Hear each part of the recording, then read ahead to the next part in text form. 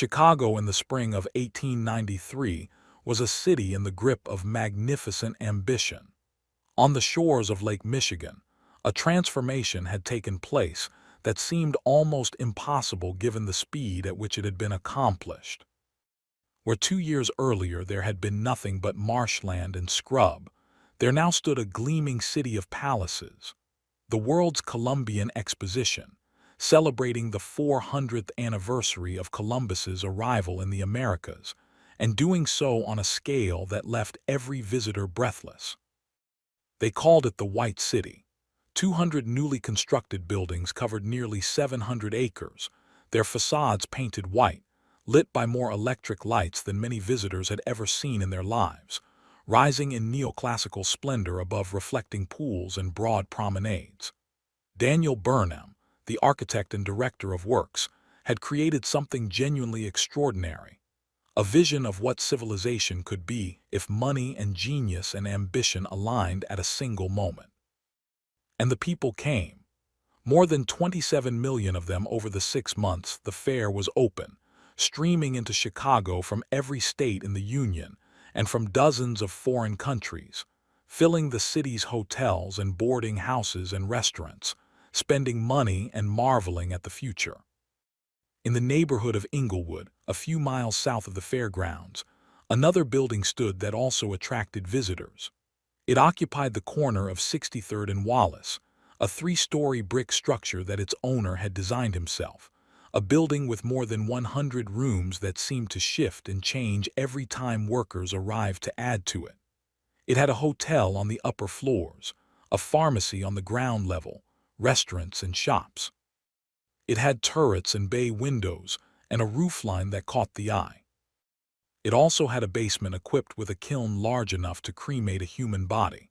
It had a vault with no interior handle, sealed so that a person locked inside would suffocate. It had rooms that could be filled with gas through pipes connected to controls in the owner's office. It had hidden passages and concealed staircases and walls lined with soundproofing material. It had a chute that led directly to the basement, wide enough to lower a body from any floor of the building. The man who built it called himself Dr. Henry Howard Holmes. The newspapers, once they discovered what lay inside his building, would call it the Murder Castle. And Holmes himself, when he finally confessed in 1895, claimed to have killed 27 people within its walls, though investigators believed the real number was likely far higher. He was, in the assessment of many historians, America's first documented serial killer, or at least the first to achieve that designation in the popular imagination, the first whose crimes reached sufficient scale and calculated horror to define the category in American consciousness. He predated the term itself, predated the FBI's formal definition, predated the entire criminological framework through which we now understand predatory killers. He was something new in American experience, and the country did not have words for what he was. The words it found were devil, monster, fiend. The newspapers used all of them. None quite captured the reality of Herman Webster Mudgett, because the reality was simultaneously more ordinary and more terrifying than any of those dramatic words suggested. He was not supernatural. He was not even particularly strange in his outward presentation, quite the opposite. He was charming, handsome, cultured, persuasive, the kind of man people trusted on sight. He was the devil in the White City, and the white was not just the city of the fair. It was the surface of a man beneath whom the darkness was total. This is the story of H. Holmes. This is the story of the women and the children and the men who died in his castle. This is the story of one of the most extraordinary and chilling crimes in American history. These are the fatal headlines. Part 1. The Making of a Monster. Herman Webster Mudgett was born on May 16, 1861, in Gilmanton, New Hampshire, a small farming community nestled in the hills of the Lakes region, the kind of place where families had lived for generations and where everyone knew everyone else's business. The Mudgett family had been in New Hampshire for generations, solid New England stock, church-going, hardworking, respectable in the ways that small New England towns valued respectability. His father, Levi Horton Mudgett, was a farmer and local postmaster, a man of modest means and conventional aspirations who provided for his family without any particular distinction. His mother, Theodate Page Price, was by all accounts a more forceful personality, a devout Methodist who raised her children strictly and who pressed young Herman toward academic achievement with an intensity that reflected her own frustrated ambitions. They had several children, though Herman was in many ways treated as the exceptional one, the one expected to rise above the farm life of Gilmanton and become someone of consequence. The New Hampshire of Herman's childhood was a place of rocky soil and hard winters, and a Calvinist-inflected culture that took seriously the question of a person's worth and standing. Education was valued because it was the clearest path upward, and the Mudgetts wanted their exceptional son to take it. Herman showed early signs of intellectual ability. He was quick, curious, capable of absorbing information rapidly, and of charming teachers and neighbors with his brightness. He was small for his age, but made up for it with a confidence that bordered on arrogance, a certainty of his own superiority that he carried without apparent self-consciousness. He also showed early signs of something darker, though the people around him either didn't recognize them or chose to interpret them in the most charitable light. There were stories from his childhood of unusual cruelty, of small animals found dead in the woods near his home, in circumstances that suggested deliberate harm rather than natural causes. There was an incident in which young Herman, as a small child, was dragged to the local doctor's office by older boys who thought they were tormenting him with the sight of a human skeleton displayed in the office. Instead of being frightened, Herman was fascinated. He began studying the skeleton avidly, asking the doctor questions, displaying a precocious interest in anatomy that the doctor apparently found charming rather than alarming. This fascination with death, with the mechanics of the human body in its most stark and clinical presentation, would persist throughout Herman's life and would eventually find its most terrible expression in the basement of his Chicago building. But in Gilmanton, it was read as the sign of a boy who might become a doctor, an elevated ambition for a farmer's son, a sign of the serious intelligence his mother had always believed he possessed. Herman was indeed intelligent, and he pursued his education with genuine drive. He attended local schools, excelled where he chose to apply himself, and graduated with sufficient credentials to enter the University of Vermont, where he began studying medicine. He transferred after 2 years to the University of Michigan Medical School in Ann Arbor, one of the better medical schools in the country at the time, graduating in 1884 with a medical degree and a set of experiences that had already revealed the shape of what he was becoming.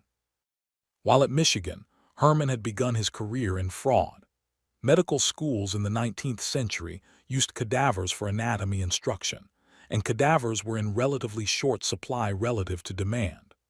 Herman realized that he could obtain cadavers, strip them of their identity, and make insurance claims on them, filing policies in advance, creating a paper trail that suggested living people had been insured, then presenting the bodies as those insured persons who had tragically died. It was a scheme that required steady nerves, considerable organizational ability, and the complete absence of any moral feeling about the treatment of human remains. Herman had all three. He married for the first time while still a student in 1878 to a woman named Clara Lovering in New Hampshire. Clara was from a respectable family, a gentle woman who had fallen for the charm and apparent brilliance of young Herman Mudgett. She would bear him a son, Robert, and would spend years in a state of uncertainty about where her husband was and whether he was alive, as Herman simply vanished from their life once the Michigan chapter of his story began. He did not divorce Clara. He simply stopped being a husband in any functional sense, moving on to the next chapter without resolving the previous one. This pattern, the casual discarding of human beings, who had served their purpose. The simultaneous maintenance of multiple relationships with no apparent guilt or concern would characterize Herman's entire adult life. He was constitutionally incapable of sustaining genuine attachment to other people. People were instruments to him, means to ends that were always his own. When someone ceased to be useful, they ceased to matter. After graduating from Michigan in 1884, Herman began moving. He moved through New York and through Minnesota and through other states, working under various names, conducting various schemes, leaving behind a trail of complaints and unpaid debts and confused people who couldn't quite explain how they'd been taken but were certain they had been. He had a natural talent for reinvention, could adopt a new name and a new persona with apparent ease, could walk into a new town and become, within days, a trusted and well-liked member of the community. In 1886, he arrived in Chicago, the city that was rapidly becoming the most dynamic metropolitan center in the country. Chicago in the late 1880s was growing at a rate that seemed to defy physical possibility. Hundreds of thousands of people arriving every year, whole neighborhoods being built almost overnight, fortunes being made and lost in the livestock yards and the grain exchanges, and the real estate markets that were the engines of the city's growth. It was a place where reinvention was normal, where a man could arrive with nothing and, if he was clever enough, become someone. Herman arrived as Dr. Henry Howard Holmes, borrowing the name of a fictional character and the title he had legitimately earned, and he went to work. He found a pharmacy in Inglewood that was owned by an elderly widow named Dr. Elizabeth Holton, who needed help running the business after her husband's death. Holmes presented himself as capable, charming, energetic. He took over the running of the pharmacy with such apparent competence that Mrs. Holton was delighted. Then he purchased the pharmacy from her, or appeared to. The actual financial transaction was managed in a way that left Mrs. Holton largely unpaid, and she eventually disappeared. Holmes would later claim she had moved away. Her fate has never been definitively established. With the pharmacy as his base, Holmes began the project that would make him infamous, the construction of the castle. Part 2: The Castle. The building that Holmes would construct at the corner of 63rd and Wallace Streets in Inglewood began as an ordinary commercial venture, or appeared to.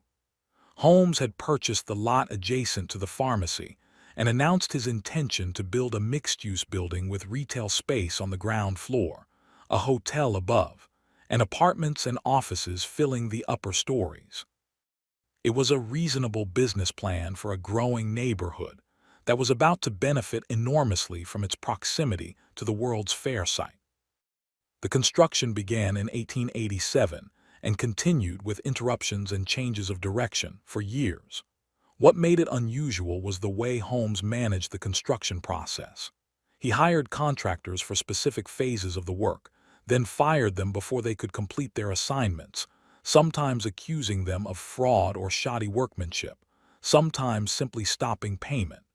He would hire new contractors to continue the work, then fire those as well. Over the years of construction, dozens of different workers participated in building the castle, and no single contractor or crew had enough involvement to understand the complete design. This was deliberate. Holmes was building something he did not want any outside party to fully understand. The result was a building of extraordinary internal complexity. More than 100 rooms, passages between rooms that connected in non-obvious ways, staircases that ended at walls, doors that opened onto blank spaces, a labyrinth that only Holmes could fully navigate. The basement was the heart of the design, though no contractor who worked on it was given the full picture of what it would contain.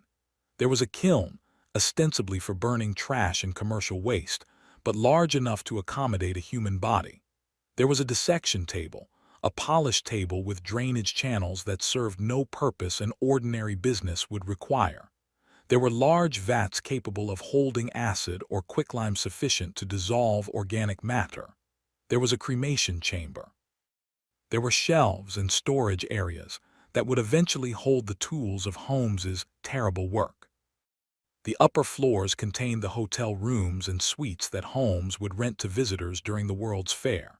These rooms were designed with features that no ordinary hotel architect would include: gas pipes that led from the building's central gas supply into individual rooms, controlled by a panel in Holmes's private office; peepholes drilled between rooms; rooms with walls that could be sealed from the outside, converting them into airtight chambers; a chute in the floor of one of the upper corridors, built to slide objects and bodies directly to the basement below.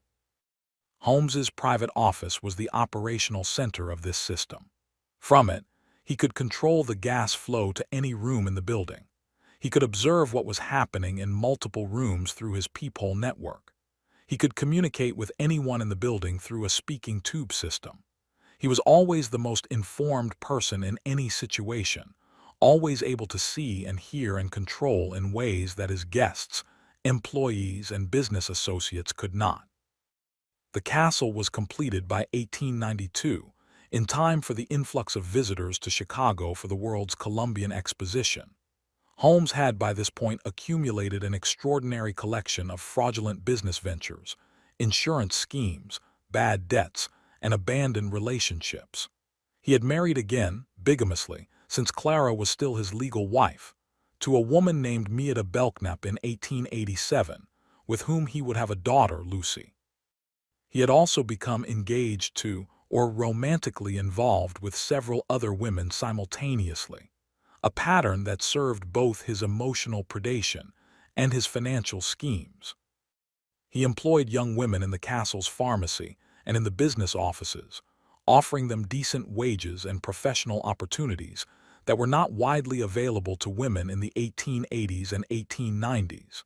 He was an attractive employer for ambitious young women, charming, progressive in his willingness to hire and trust female staff, apparently successful and established. Many of the women who would become his victims came to him through this professional relationship. He hired them, won their trust, and eventually made them disappear. The World's Fair opened on May 1, 1893, and the city of Chicago transformed overnight into something it had never been before. The crowds were extraordinary. The fair eventually attracted more than 27 million visitors, at a time when the entire population of the United States was barely 70 million. Hotels throughout the city were overwhelmed. Boarding houses were full. Private citizens rented out spare rooms. The demand for accommodation within reasonable distance of the fairgrounds was essentially limitless. Holmes's castle, with its hotel rooms only a short distance from the fairgrounds, was perfectly positioned. He advertised in newspapers, offering accommodation to visitors, and the visitors came. Young women traveling alone, families passing through, businessmen attending the fair on professional assignments. They all came to Holmes's hotel, checked into their rooms, put their luggage in the closets, and went asleep with every reason to believe they were in a normal hotel in a safe city. For some of them, they would never check out. Part 3. The VICTMS. The question of how many people Holmes killed will never be fully resolved. He confessed to 27 murders, though his confessions shifted over time, with names added and removed, details changing, the overall number fluctuating in ways that suggested either a genuinely uncertain memory or a calculated manipulation of public and legal attention. Some historians have argued the true number could be as high as 200, an estimate that most serious scholars regard as likely inflated. Others put the number at closer to 9, confirmed with reasonable evidence. The truth probably lies somewhere between the extremes, but the specific count matters less than the reality. Holmes killed people systematically and deliberately, over an extended period, with the specific intention of killing them from the very beginning of their interaction. His victims were primarily young women, though they included men and at least 2 children. They were people who trusted him: employees, romantic partners, business associates, hotel guests. They came to him willingly because he had given them reasons to trust him, and their trust was precisely what he exploited. Minnie Williams was one of the first confirmed victims, and her story illuminates the pattern that Holmes employed with devastating efficiency. Minnie was a young Texas woman with ambitions to become a successful businesswoman. She was educated, energetic, and the owner of a piece of real estate in Fort Worth, Texas, that her family had left her. She met Holmes, fell under his considerable charm, and moved to Chicago to work for him. He became her fiancé. He persuaded her to transfer ownership of the Fort Worth property to him, and then he killed her. Minnie's sister, Nanny Williams, followed her to Chicago, drawn by the chance to be near her sister and perhaps by the opportunities that Holmes represented. Nanny disappeared as well. Their deaths were never definitively proven, but the evidence against Holmes in their cases was overwhelming. Julia Smythe Connor was a woman who worked in the castle alongside her husband End Connor, who was a jewelry engraver. Holmes seduced Julia, drove a wedge between her and her husband, and installed her as his lover while continuing to employ End. When Julia became pregnant with what was apparently Holmes's child, she became a liability. She disappeared, along with her young daughter Pearl, in December 1891. The bodies of Julia and Pearl were never found, but investigators later discovered a small human skeleton in the basement of the castle that was consistent with a child's remains. Emmeline Sigran was 25 years old, a stenographer who came to work at the castle in 1892. She was talented and ambitious, drawn by the professional opportunity and captivated by Holmes's charm. She too became romantically involved with Holmes, who apparently promised her marriage. She disappeared in December 1892. Her remains were later believed to be among those discovered in the castle, though definitive identification was impossible given the condition of what was found. Edna Van Tassel was a young woman who came to Holmes seeking employment. She disappeared from the castle. Her fate, like that of so many others, was absorbed into the general horror of what the building contained. The men Holmes killed tended to be business associates or people who had become inconvenient to his financial schemes. Benjamin Pitezel was one such man, a former partner in Holmes's frauds, a man who knew too much and who also happened to be the holder of a life insurance policy that Holmes had arranged for them to share. Holmes killed Pitezel in Philadelphia in September 1894. Staging his body as an accidental death from the explosion of flammable liquids in order to collect the insurance money. But what makes the Pitezel case most disturbing is what happened next. Holmes had taken custody of 3 of Pitezel's 5 children, Howard, Nellie, and Alice, ostensibly to reunite them with their father, who was supposedly alive and hiding in Canada as part of an elaborate fraud scheme. In reality, their father was already dead, killed by Holmes. Holmes traveled across the country and into Canada with these 3 children, leading their mother Carrie Pitezel on a parallel journey, telling her she would soon be reunited with her family, while simultaneously killing Howard, Nellie, and Alice one by one along the way. Howard Pitezel was approximately 8 years old when Holmes murdered him in Irvington, Indiana. Nellie and Alice Pitezel were 12 and 15 respectively when Holmes killed them in Toronto, Canada, gassing them to death in a trunk and burying their bodies in the cellar of a house he had rented.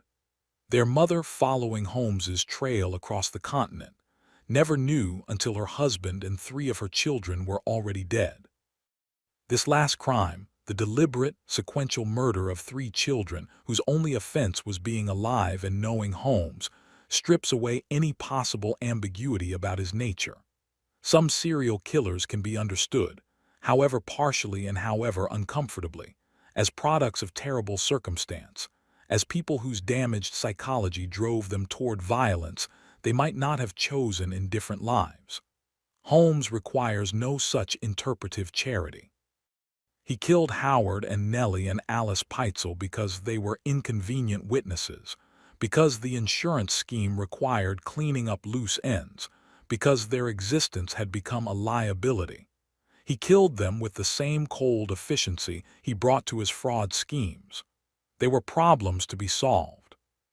The toll of the confirmed and probable victims in Holmes's case includes people of widely varying ages and circumstances, connected only by the fact that they entered Holmes's orbit and never left it. The young women who worked in the castle and became his romantic targets, the business partners who knew too much, the hotel guests who had the misfortune to rent from a man who had designed their rooms to kill them, 3 children whose father had foolishly tied his fate to Holmes's schemes. Among the better documented victims, Robert Latimer, a man whose body was found in the castle basement; Charles Chappell, a man who was paid to articulate skeletons and who helped Holmes process remains from his victims before himself becoming a victim; multiple young women whose names appear in Holmes's records and in newspaper accounts from the period but whose fates were never definitively established. The full list will never be known. The castle held its secrets well, and Holmes himself, despite his eventual confession, was not inclined to provide a complete and accurate accounting of what he had done. Part 4. The Life of a Con Man. To understand how Holmes operated, it is essential to understand that murder was only one tool among many in his repertoire, and not always the primary one. He was, first and foremost, a confidence man, someone whose entire existence was constructed on the manipulation of other people's trust. The murder was the final stage of a process that typically began with charm, progressed through financial exploitation, and ended in violence when the victim was no longer useful or had become a liability. Holmes operated simultaneous financial schemes of extraordinary complexity throughout the years of his Chicago operation. He ran a drug store that turned a legitimate profit while also serving as the storefront for various fraudulent ventures. He sold furniture that had been purchased on credit from manufacturers he had no intention of paying. He leased out space in the castle to businesses, and then arranged for those businesses to fail in ways that allowed him to reclaim the space and keep the deposits. He invented phantom transactions, phantom companies, phantom people, weaving a financial fiction so elaborate that it took investigators years to fully trace it even after his arrest. He was also a bigamist of remarkable ambition. In addition to his first wife Clara and his second wife Meta, he married Georgiana Yoke in January 1894, a young woman from Indiana who genuinely believed she was marrying a legitimate businessman. He conducted multiple other romantic relationships simultaneously with women who believed themselves to be his exclusive partners. He managed these relationships with the same organizational skill he brought to his financial schemes, maintaining separate addresses, separate correspondence, separate personas for each relationship, never allowing the circles to overlap in ways that would reveal the fraud. The sheer logistical complexity of Holmes's operations, maintained simultaneously across multiple cities, multiple identities, multiple fraudulent schemes, and multiple intimate relationships, suggests an organizational intelligence that is genuinely remarkable, however horrifying its application. He was brilliant, in the most clinical and least admiring sense of the word. He had the kind of mind that can hold multiple complex systems in awareness simultaneously, track numerous variables, anticipate the ways things might go wrong, and take steps to prevent or redirect them. This intelligence was entirely in the service of exploitation. Every relationship he formed, every trust he won, every affection he inspired, was a means to an end that was his own. The charm was real in the sense that it was technically skillful, but it was not the product of genuine warmth or interest in other people. It was a performance, and a masterful one. His employees at the castle experienced this dynamic directly. He hired capable young women, paid them reasonably, treated them with apparent respect and professional regard, and then, when circumstances aligned, either seduced them into relationships that gave him financial or personal leverage, or simply made them disappear when they ceased to serve his purposes. The women who worked at the castle and survived described him as the most charming employer they had ever had. They also described a quality that was harder to name, a sense of being watched, of never quite being certain what was real, of the warmth seeming somehow weightless, ungrounded, like a fire that gives off no heat. Holmes was apparently aware of the impression he made and deliberately cultivated it. He paid attention to his appearance, dressing well, maintaining the grooming and bearing of a prosperous professional man. He was handsome by the standards of his era, dark-haired, with striking blue-gray eyes that multiple people described as hypnotic, of medium height and slender build. He moved and spoke with the confidence of someone who expected to be believed, and this confidence was itself persuasive. People wanted to trust him. He gave them permission to. This quality is one of the most important and least comfortable aspects of Holmes's psychology. He was not frightening in presentation. He was attractive. The warning signs were not obvious dramatic flags but subtle textures, the small inconsistencies in his stories that resolved before you could quite focus on them. The way conversations always seemed to circle back to serving his interests. The way he knew things he shouldn't have known and seemed unsurprised by things that surprised everyone else. These were the signs of a predator, but they were easy to miss when the surface was so pleasant. His victims were not foolish. They were ordinary people exercising ordinary trust in someone who had given them plausible reasons to trust him. The fault lay entirely with Holmes, who had constructed his trustworthiness as a weapon. Part 5. The Investigation. The investigation into H. Holmes was not triggered by the discovery of the murder castle or by the disappearance of the young women who worked there. It was triggered by the insurance fraud surrounding Benjamin Pitezel's death in Philadelphia in September 1894.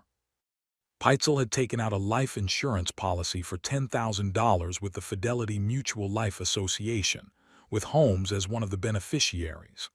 The plan had been, according to Holmes's subsequent telling, for Pitezel to fake his death, collect the insurance money, and disappear. But Holmes had actually killed Pitezel rather than going through the elaborate pretense of faking his death. Whether he had always planned to kill Pitezel, or whether he made that decision at the last moment is unknown. What is clear is that Pitezel died with burns and injuries consistent with his having been deliberately set alight, and that Holmes had arranged the scene to suggest an accidental explosion. The Fidelity Mutual Life Association was not entirely satisfied.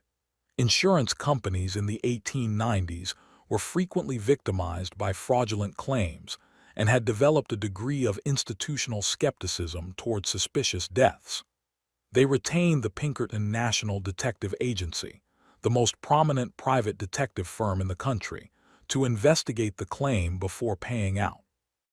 The Pinkerton detective assigned to the case was a man named Frank Jayer, who would prove to be one of the most dogged and ultimately successful investigators Holmes ever encountered.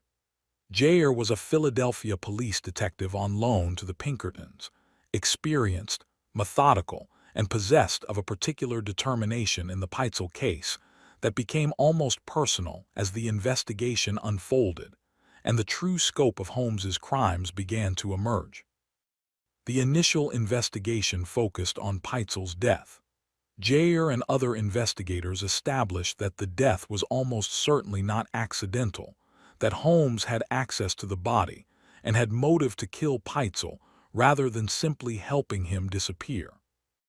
They also began to piece together the extraordinary web of Holmes's financial frauds, discovering that Pitezel was only the latest in a series of people who had been financially exploited, and in some cases physically harmed by the man calling himself H. Holmes.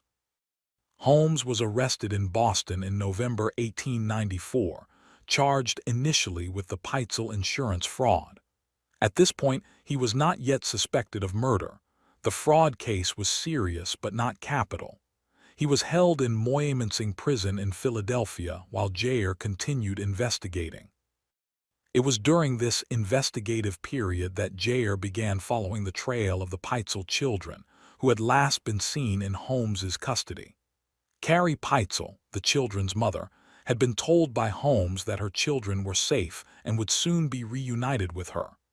But Holmes was in prison, the children had disappeared with him, and no one knew where they were.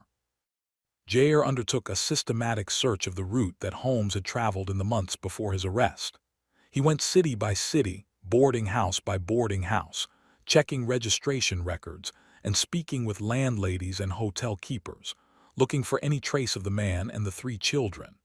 It was painstaking, unglamorous detective work, the kind that required enormous patience and physical stamina and the willingness to follow a trail that might lead nowhere. In July 1895 in Toronto, Canada, Jair found the house where Holmes had rented a room. He found a freshly dug patch in the cellar. He dug, and he found the bodies of Nellie and Alice Peitzel.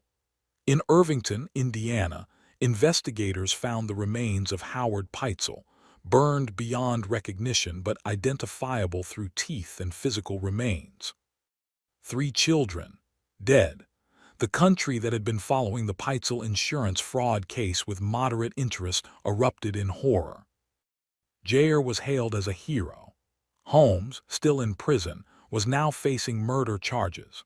The investigation expanded rapidly, with police in multiple cities and states reviewing cases of missing persons that might be connected to Holmes.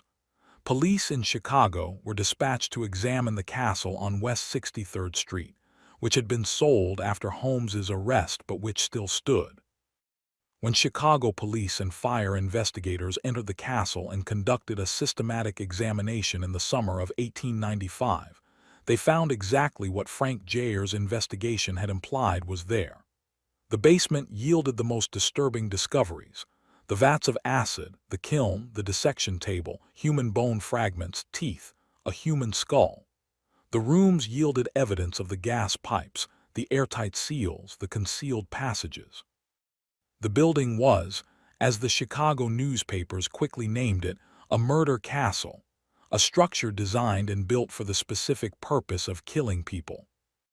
Holmes, confronted with this evidence, eventually agreed to provide a confession. His confession, published in Hearst newspapers in April 1896, was titled Holmes' Own Story and was a remarkable document, partly genuine acknowledgement, partly calculated manipulation, partly self-aggrandizement. He claimed 27 victims. He named some and declined to name others. He provided details about some killings and was vague about others. He seemed to enjoy the notoriety, the sense of being the most infamous man in America, and his confession was shaped as much by that enjoyment as by any genuine desire for accountability. Part 6. The Trial. Holmes was tried not for the Chicago murders. The evidence there, while compelling, was largely physical and circumstantial in ways that 19th-century courts would have found difficult to turn into conviction, but for the murder of Benjamin Peitzel in Philadelphia. The Philadelphia case had the clearest chain of evidence. Peitzel was dead. Holmes was the beneficiary of his insurance policy. Holmes had taken custody of Peitzel's children shortly after the death, and those children had been found murdered, and witnesses could place Holmes with Peitzel in the days before his death. The trial began on October 28, 1895 in Philadelphia. Holmes elected to serve as his own co-counsel, a decision that allowed him to extend the proceedings, address the jury directly, and maintain the kind of performance that had always served him well in his manipulations. He wore good suits. He was calm and articulate. He smiled at the jury in ways that several jurors later described as unsettling, not because the smiles were hostile, but because they seemed completely disconnected from the gravity of the proceedings. He behaved like a man who expected to win, who was accustomed to winning, for whom the normal rules of consequence had never applied. The prosecution, led by District Attorney George Graham, presented a methodical case built on physical evidence, financial records, and the testimony of witnesses who had encountered Holmes and could trace his movements and his victims. Jayer testified about his investigation, his journey through multiple cities following the trail of the Peitzel children, his discovery of their bodies. The testimony was devastating in its quiet particularity. Each city visited, each boarding house registration checked. Each conversation with a landlady who remembered the pleasant man, with the 3 well-behaved children who had stayed for a few days, and then moved on. Holmes's defense was essentially that he had not killed Peitzel, that Peitzel had faked his death as part of a fraud scheme that had simply gone wrong, and that the children's deaths, while tragic, were the result of circumstances unrelated to Holmes's intentions. It was an argument that required the jury to disbelieve an overwhelming weight of evidence and to grant Holmes a benefit of the doubt that nothing in his record justified. The jury required 2 hours to reach its verdict.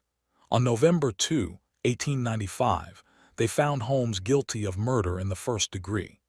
Holmes's composure, which had been maintained throughout the trial with apparent ease, fractured briefly at the verdict. He seemed genuinely surprised, as if even at this late stage he had believed in his ability to talk his way out of consequence. Judge Michael Arnold sentenced Holmes to death by hanging. Holmes spent the months between his sentence and his execution in Moyamensing prison, where he continued to manipulate, correspond, and perform. He converted to Catholicism with visible drama and apparent sincerity. He met with clergy and appeared to be a genuinely penitent man. Whether this conversion was real or another performance is impossible to determine, though the consensus of those who observed him was that it was primarily the latter.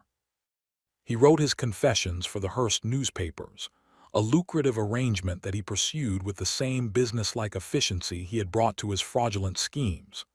He claimed 27 victims in his published confession, though he subsequently recanted several of these claims, admitted to others, added names, removed names. The confession was a document designed to maximize attention and revenue, not to provide accurate historical record. He also, in these final months, expressed what he described as a transformation in his physical appearance, claiming that his face was changing, that he was developing the features of a devil.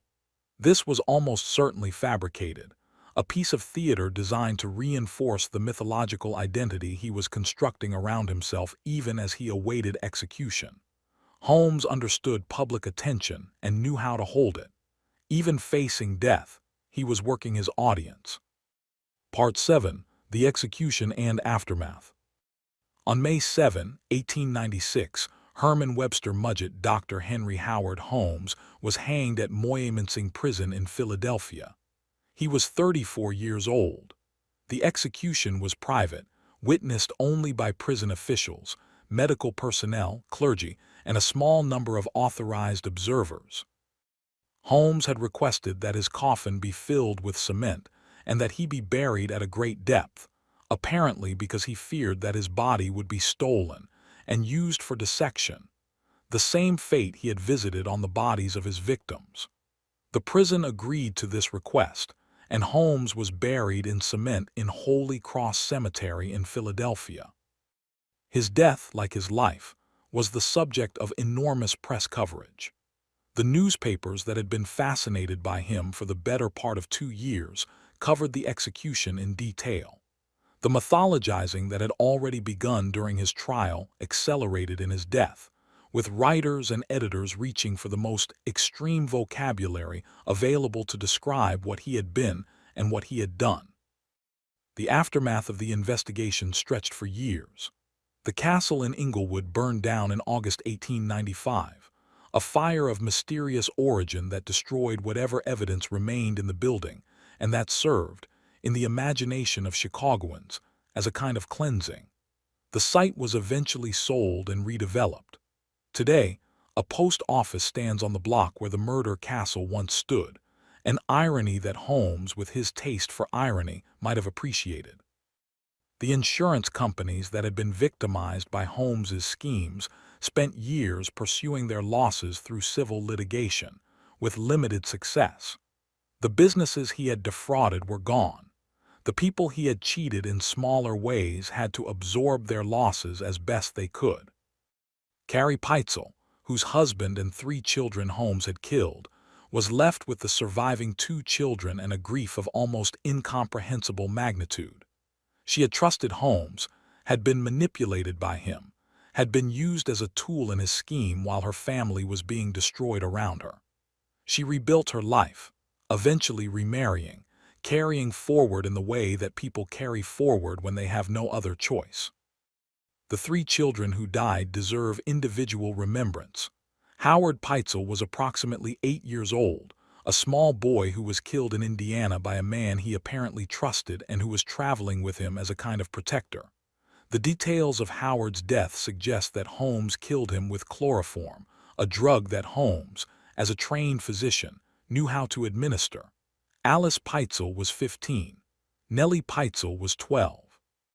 They were found together in the cellar of the Toronto house, having died from gas poisoning, administered through a gas pipe connected to the trunk they were found in.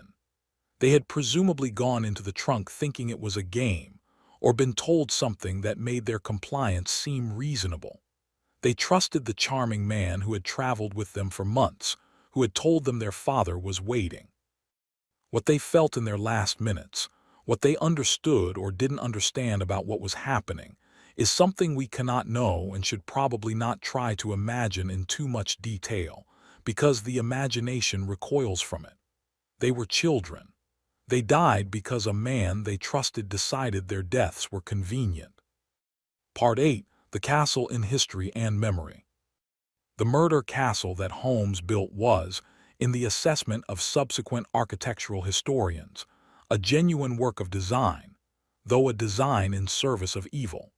The building's complexity, its concealed systems, its layered functionality, represented a substantial engineering and construction undertaking for a private individual in the 1880s.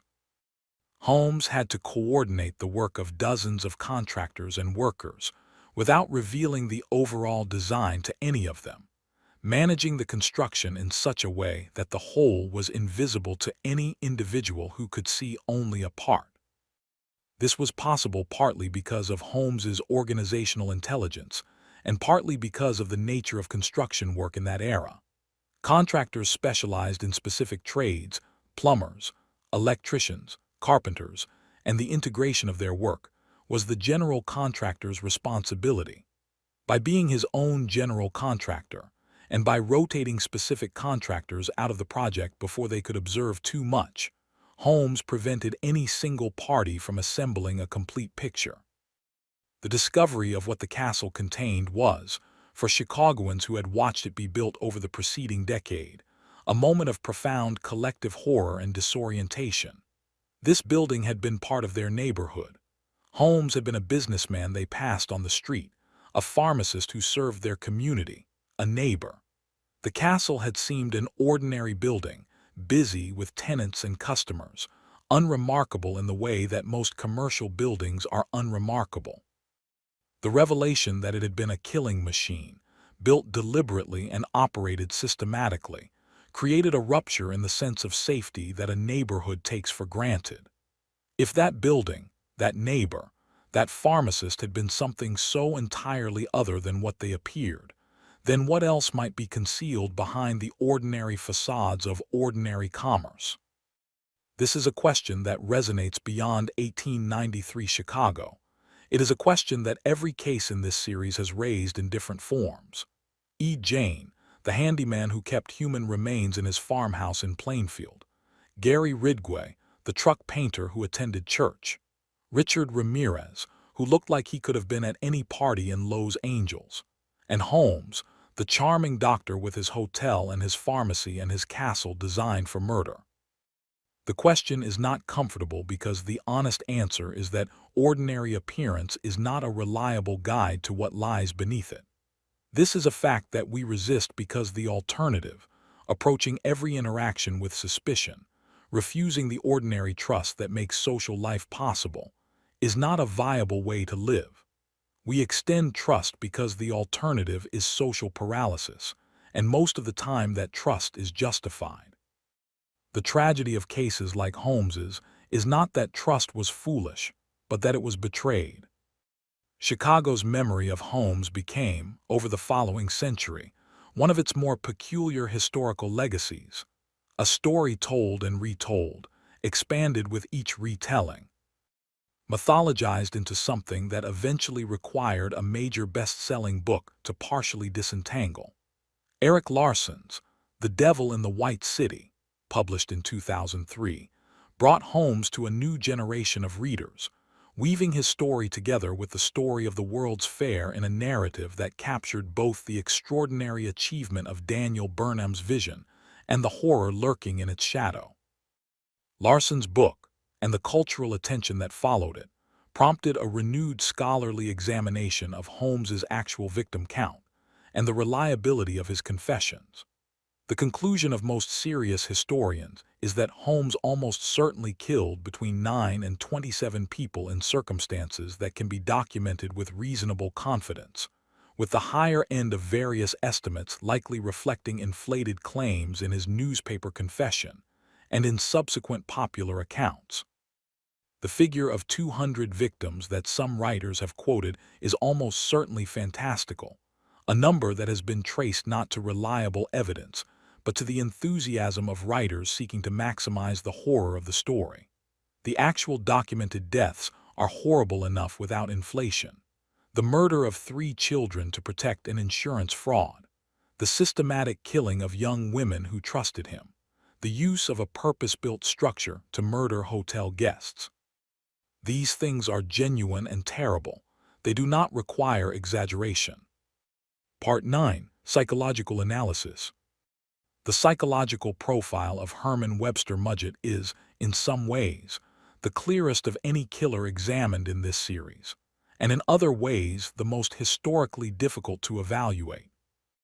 It is clearest because Holmes was, by most assessments, a textbook case of what modern psychology would diagnose as antisocial personality disorder at its most extreme, the condition that in popular usage is described as psychopathy or sociopathy.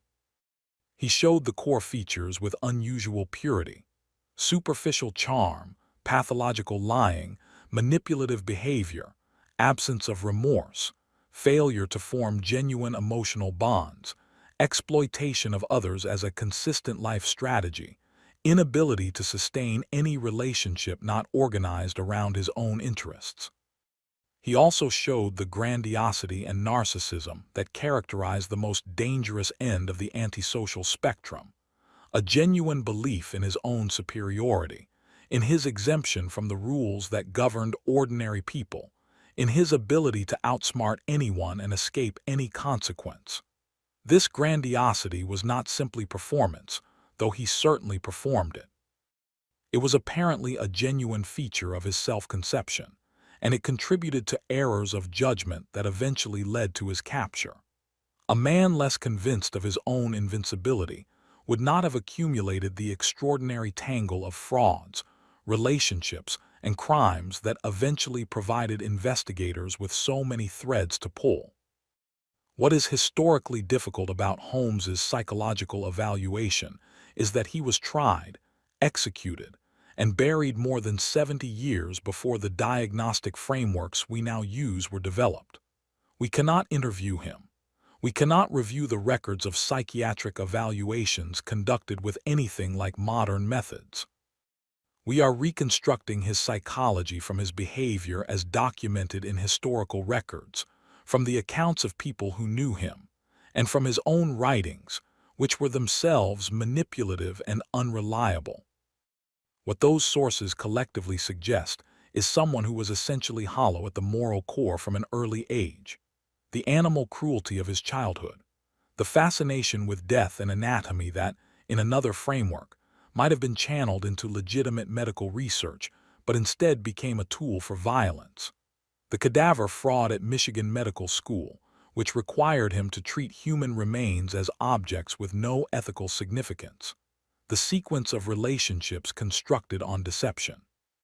The murders themselves, conducted with efficiency and without apparent emotional disturbance.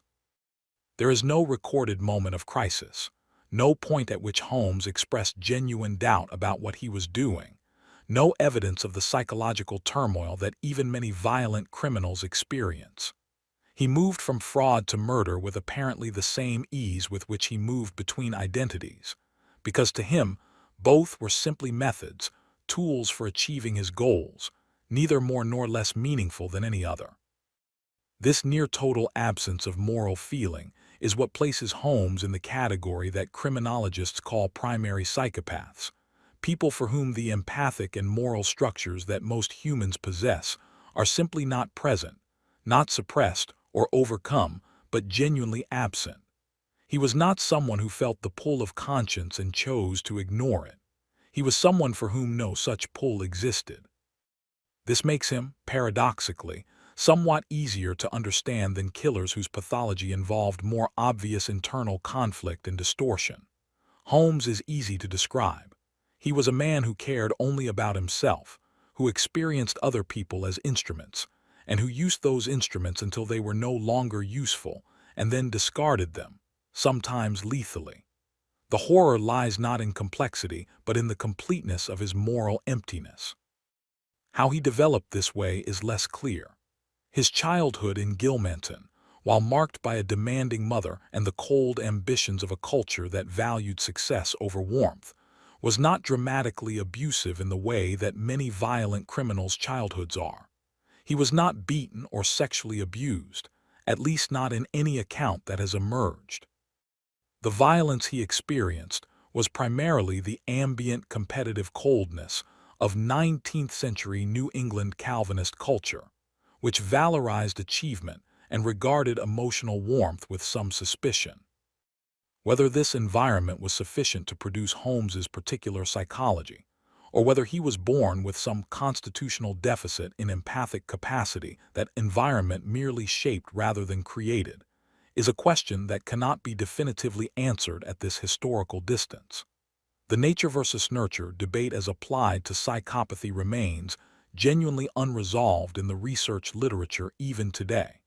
In Holmes's case, we simply don't have enough reliable information to weigh the factors. What we can say is that he represents, in the literature of criminal psychology, one of the clearest historical examples of the organized, methodical killer motivated by personal benefit rather than compulsion or ideology. A predator who chose his prey carefully, developed effective systems for killing them and concealing his crimes, and continued operating until external forces stopped him. He was, in the clinical sense, a rational actor throughout. His crimes served his interests as he defined them. He experienced no internal conflict that interfered with his functioning. This rationality, more than any dramatic quality, is what makes him so disturbing to contemplate. We are more comfortable with killers whose pathology is visible in their affect, whose strangeness announces itself, who look the part. Holmes did not look the part. He looked like a successful man. He moved through the world with ease and confidence and the appearance of genuine humanity. The emptiness at his center was invisible until it was too late. Part 10. The VICTIMS REMBRED. In all the historical attention paid to H. Holmes, the extraordinary building, the World's Fair context, the confession, the trial, the mythology that has accumulated around his name, it is essential to return repeatedly to the people whose lives he took.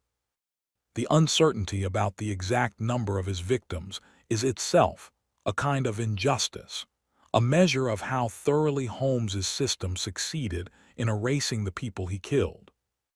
He had designed that erasure deliberately, using acid and fire and quicklime to dissolve the physical evidence of his crimes, providing the bodies of some victims to medical schools as anonymous anatomical specimens, moving through multiple cities and identities in ways that made it difficult to connect the missing persons reports filed in different jurisdictions. Some of his victims can be named with confidence. Others are known from records that suggest their disappearance was connected to Holmes, but cannot prove it definitively. And some are unknown entirely, people who came to Chicago for the World's Fair, rented a room in Holmes's hotel, and disappeared into the city, their absence noted only by families far away who received no explanation and eventually had to accept uncertainty as the final answer. Julia Smythe Connor had a daughter named Pearl. Pearl was approximately 2 years old when she died in the castle basement, or at least when the small skeleton of a child that age was found there. Pearl had done nothing to cause her death. She was 2 years old. She was there because her mother was there, and her mother was there because she worked for a man who had decided she was useful and then decided she was not. Alice and Nellie and Howard Peitzel were not the children of women Holmes had seduced or employed. They were the children of a man who had made the catastrophic error of partnering with Holmes in his frauds. Their father had thought he was engaging in insurance fraud, a crime, certainly, but not one whose intended consequences included the deaths of his children. He died without knowing what was going to happen to them. They died without knowing what had happened to him. Minnie Williams had come to Chicago with ambitions and energy, a young woman trying to make her way in a world that offered limited options for women who wanted professional lives. She had the misfortune to encounter a man who identified her ambition and her real estate holdings as exploitable, and who destroyed her when the exploitation was complete. Emmeline Sigrand was 25 and talented, and had believed, apparently with some reason given what Holmes told her, that she was building toward a life with a successful and charming man. She was killed instead. The nameless others, the hotel guests whose families received no word, whose names appear nowhere in the investigative records, whose stays at Holmes's hotel are documented only by the absence of any record of their departure, deserve acknowledgement even in their anonymity. They came to Chicago to see the White City, the glittering promise of what civilization could be, and they encountered its shadow instead. What we owe these people, a century and a quarter after their deaths, is memory and recognition. The mythology that has grown around Holmes, the architectural genius of the murder castle, the audacity of operating in the shadow of the greatest World's Fair in American history, the cleverness of his frauds and disguises, tends to crowd out the victims, to reduce them to props in a story that is really about him. They were not props, they were people. They came to him with trust, with ordinary human needs and hopes, and he betrayed that trust in the most final way possible. The least we can do in telling their story is to insist on their humanity. Part 11. The Legacy of Holmes. Holmes's legacy is multifaceted and in some respects troubling, because what endures most vividly in popular culture is not the suffering of his victims, but the architectural audacity of his crimes and the theatrical quality of his persona. The murder castle has become, in the years since its discovery, a kind of dark landmark in American criminal imagination. It occupies a place in the mythology of Chicago alongside Al Capone's speakeasies and the St. Valentine's Day Massacre, stories that the city simultaneously regrets and cannot resist telling, because they are part of its history, and because they have a certain dark grandeur that attracts attention. Holmes himself has become a figure of almost literary significance, the villain in what Erik Larson's book correctly identified as a story of almost novelistic proportions, The Great Fair and its shadow, the architect of beauty and the architect of death operating in the same city in the same summer. This narrative framing is compelling and not inaccurate, but it carries the risk of aestheticizing what was, fundamentally, a series of murders of real people. The debate about Holmes's victim count continues in academic and popular writing. Some writers have argued that the mythology has inflated his crimes to the point where they obscure the documented reality. Others maintain that the combination of Holmes's deliberate evidence destruction and the investigative limitations of the 1890s means the full truth will never be known. What is agreed upon is that Holmes killed multiple people deliberately and systematically, that his crimes represented something genuinely new in American criminal experience, and that the investigation and prosecution of those crimes established precedents for how such cases would be handled in the future. Holmes's trial was one of the first in which evidence of a pattern of crimes, multiple suspicious deaths and disappearances connected to a single individual, was used to support a specific murder charge. The prosecutor could not prove every suspicious death to the satisfaction of a jury, but he could establish a pattern of behavior so consistent and so damning that the specific charge of Peitzel's murder became almost inarguable in context. This approach, using pattern evidence to support specific charges, became an important tool in subsequent prosecutions of serial criminals. The Pinkerton investigation, led by Frank Jayer, also became a model for cross-jurisdictional serial criminal investigations. Jayer's systematic approach to following Holmes's trail across multiple cities, his methodical examination of records and witnesses, his persistence in pursuing leads that other investigators might have abandoned. These were the techniques that identified the Peitzel children's remains, and that provided the foundation for the prosecution's case. His methods anticipated, in important ways, the approaches that the FBI and other federal investigative agencies would develop in the 20th century for hunting killers who crossed state and national lines. The case also prompted significant public and governmental attention to the regulation of construction and the inspection of commercial buildings. The revelation that Holmes had been able to build a structure of such deliberate complexity, incorporating features designed to commit murder, without any regulatory oversight that might have revealed the design, created pressure for stronger building codes and inspection regimes.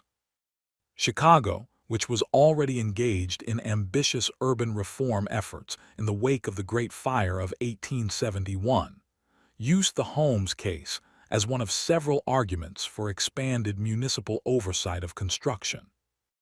In the longer historical view, Holmes's case marks the beginning of a tradition of American serial killer narratives that continues to the present day.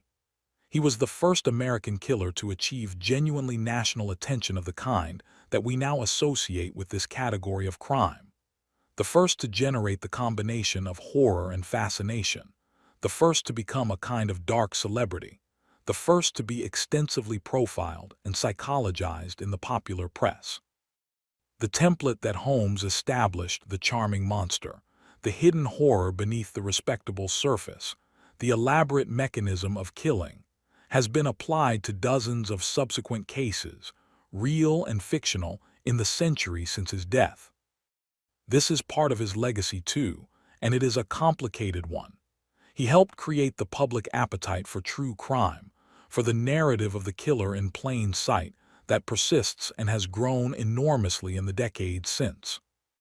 Whether satisfying that appetite serves any useful purpose beyond entertainment, whether it generates genuine understanding of violence and its prevention, or whether it primarily creates a new genre of horror fiction that happens to use real deaths as its raw material, is a question that applies to every story in this series, and that each listener must answer for themselves.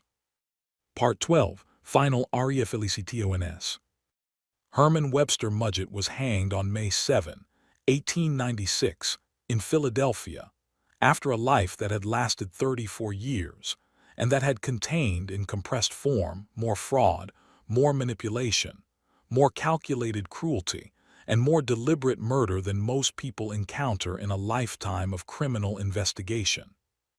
He was not mad, in the sense that his mind worked clearly, and his grasp of cause and effect was precise and reliable. He was not compelled, in the sense that there was some overwhelming internal force driving him beyond his control. He was not the product of the kind of catastrophic childhood abuse that makes violence feel like the only available response to an unbearable world. He was, as nearly as we can determine at this historical distance, a person who simply lacked the capacity for moral feeling, who experienced other people as objects, and who used those objects in service of his own interests with complete consistency and without apparent conflict. This is the most important thing to understand about Holmes. He was not a dramatic exception to the human condition, but an extreme expression of what the human condition can become when its social and moral components are entirely absent. He is a demonstration of what a person looks like from the outside when the inside is not quite there. Charming, capable, normal in every observable way, and entirely without the empathy and conscience that distinguish human beings from instruments of their own appetites. The people he killed deserved to live. They deserved to complete the lives they had started, the careers. The marriages, the families, the ordinary accumulation of days that constitutes a human existence. Minnie Williams deserved to build her business. Alice and Nellie and Howard Peitzel deserved to grow up. The women who came to Chicago for the World's Fair and never came home deserved to see the fair, to be amazed by the White City, to return to their families with stories about the wonders they had seen. Holmes took those lives with the same pragmatic efficiency he brought to his insurance schemes and his construction projects. The people in his way were solved, not mourned. The World's Fair is long gone. The castle is long gone. Holmes himself has been in the ground in Philadelphia for 128 years. What remains are the names, imperfect and incomplete, of the people he killed. And the lesson that his case offers, which is the same lesson that every case in this series offers in different forms, that the most dangerous threats do not announce themselves. They come with smiles and credentials and careful presentations of trustworthiness. They are the people you let in because they seem like everyone else. They are the devil in the White City, and the white is the surface, and the city is everything we choose to trust. The way forward is not paranoia, not the refusal of all trust, the suspicion of all charm, the retreat into a defensive isolation that makes human life barely livable. The way forward is awareness. The awareness that patterns of exploitation, of relationships